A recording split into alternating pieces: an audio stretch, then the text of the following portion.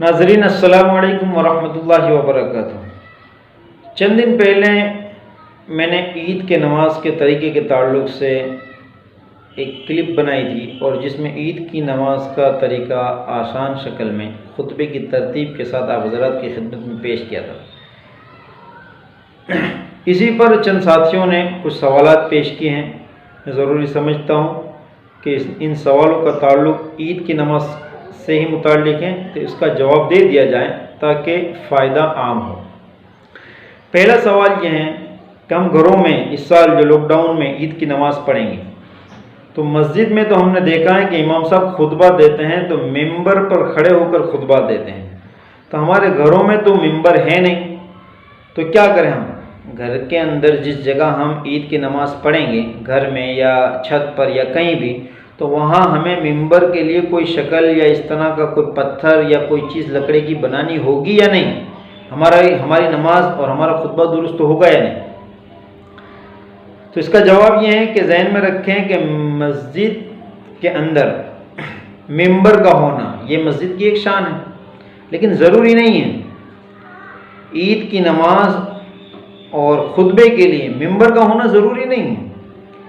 आप ऐसा करें कि जहां आप घर में, छत में या गार्डन में जहां भी आप ईद की नमाज़ पढ़ेंगे वहां आप खतीब की यानी खुतबा देने वाले के लिए एक कुर्सी का इंतज़ाम कर दें कि वो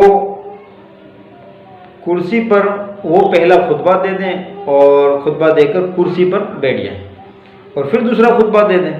इसके लिए मिंबर का होना ज़रूरी नहीं है। अगर किसी मस्जिद में मिंबर नहीं है और इमाम साहब ने ऐसे ही बगैर मिंबर के खुतबा दे दिया तो वहाँ भी कोई हर्ज नहीं है। मिंबर का होना ज़रूरी नहीं है। दूसरा सवाल ये था कि ईद की नमाज मर्दों के लिए है तो क्या औरतें भी, घर की औरतें भी ईद की नमाज़ पढ़ें? जैसे आम नमाज है, 5 वक्त की नमाज है, लॉकडाउन में औरतें भी मर्दों के साथ घरों में पढ़ रही हैं, तो क्या ईद की नमाज भी औरतें मर्दों के साथ शामिल हो जाएं? नहीं, ईद की नमाज सिर्फ मर्दों के लिए है, औरतों के लिए नहीं। ईद की नमाज मर्दों के लिए है, औरतों के लिए नहीं।